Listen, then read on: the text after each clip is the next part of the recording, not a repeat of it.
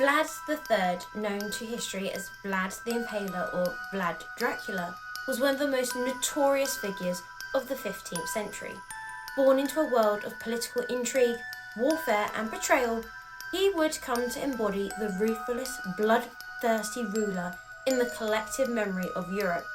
Yet beyond the gruesome stories of impalement and cruelty lies a complex figure. A man who fought fiercely for his country, resisted the powerful Ottoman Empire, and became a symbol of Romanian resistance. Vlad III was born in 1431 in Transylvania, a region that was part of the Kingdom of Hungary at the time. He was the second son of Vlad II Dracula, a member of the Voivode and Order of the Dragon, a chivalric order founded to defend Christian Europe against the Ottoman Turks until his murder in 1447. The order's symbol, a dragon, led to Vlad's father, nickname Dracula, meaning the dragon. Consequently, Vlad III became known as Dracula or son of the dragon. Although funnily enough in Romanian, Dracula means dragon and devil. It's been suggested that the nobility went more for the noble dragon meaning, while the peasants, who felt Dracula's wrath, used it more for his wickedness. The political landscape of Eastern Europe during Vlad's childhood was tumultuous. His father, Vlad II, ruled Wallachia, a principality caught between the powerful Kingdom of Hungary to the north and the expanding Ottoman Empire to the south.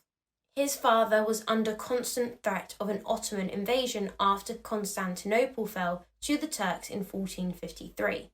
At the age of 11, young Vlad and his brother Radu were held hostage by the Ottomans in an attempt to force allegiance of their father. In 1447, Vlad II was assassinated by rivals, and Vlad's eldest brother, Mircea II, was blinded and buried alive.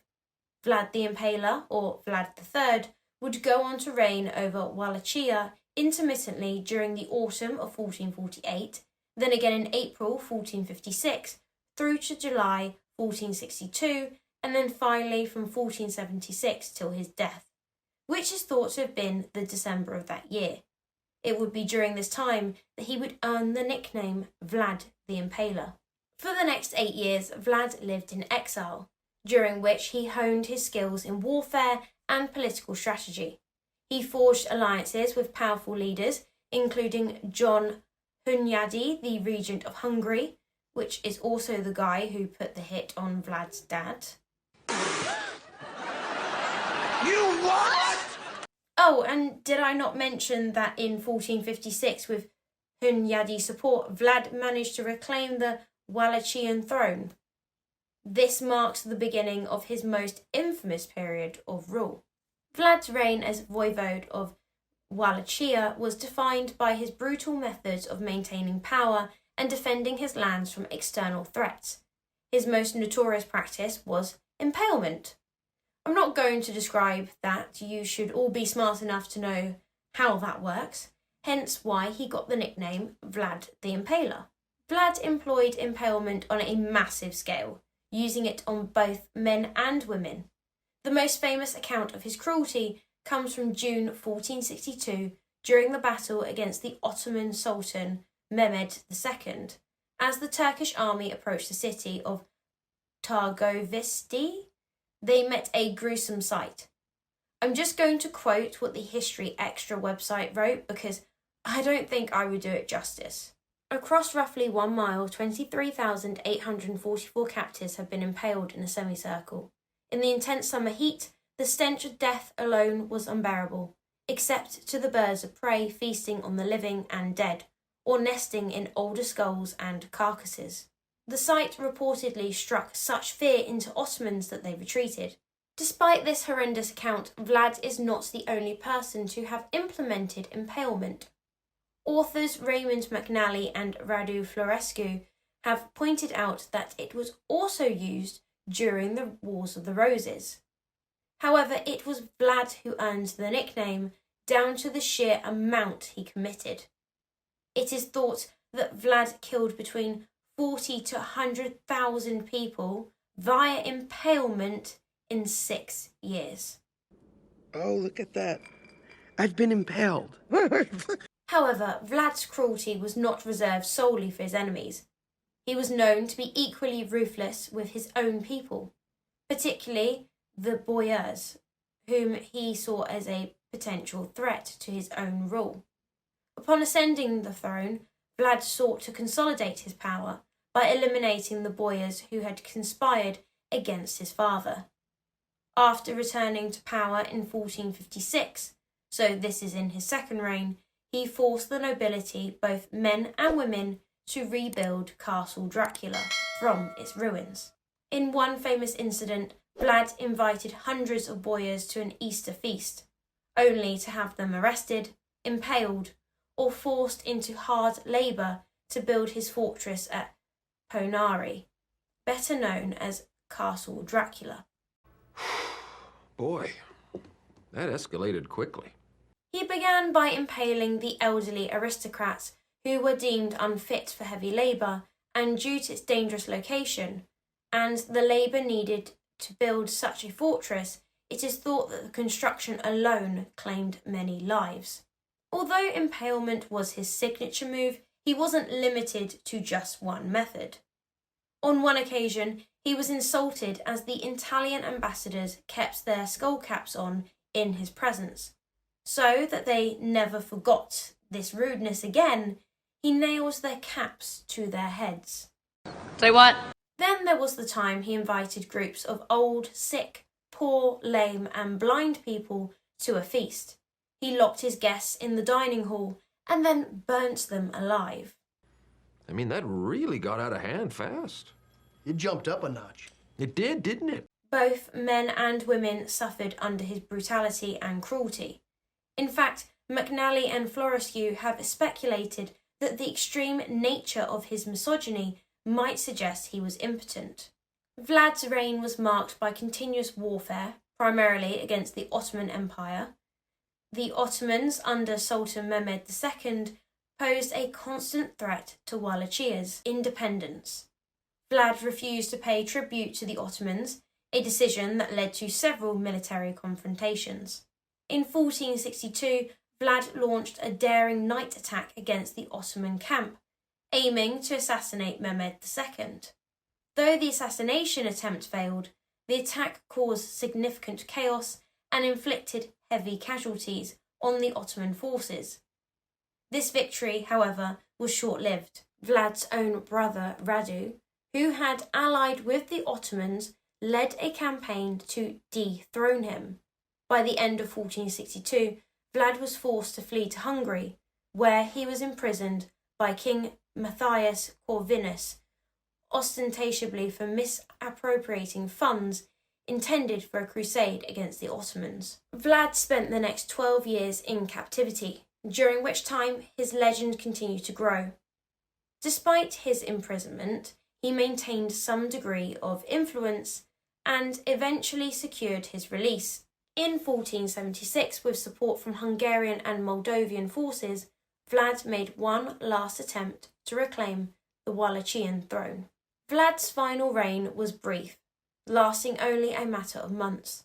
In late 1476, he succeeded in reclaiming the throne from Radu, but his position was precarious. His return was met with fierce resistance from both the Ottomans and rival factions within Wallachia. It was probably in the December of 1476 that Vlad was killed in battle, fighting against both the Ottoman forces and those of his Romanian rival, Basarab III Laiota. The exact circumstances of his death remain unclear, with some accounts suggesting he was betrayed by his own men.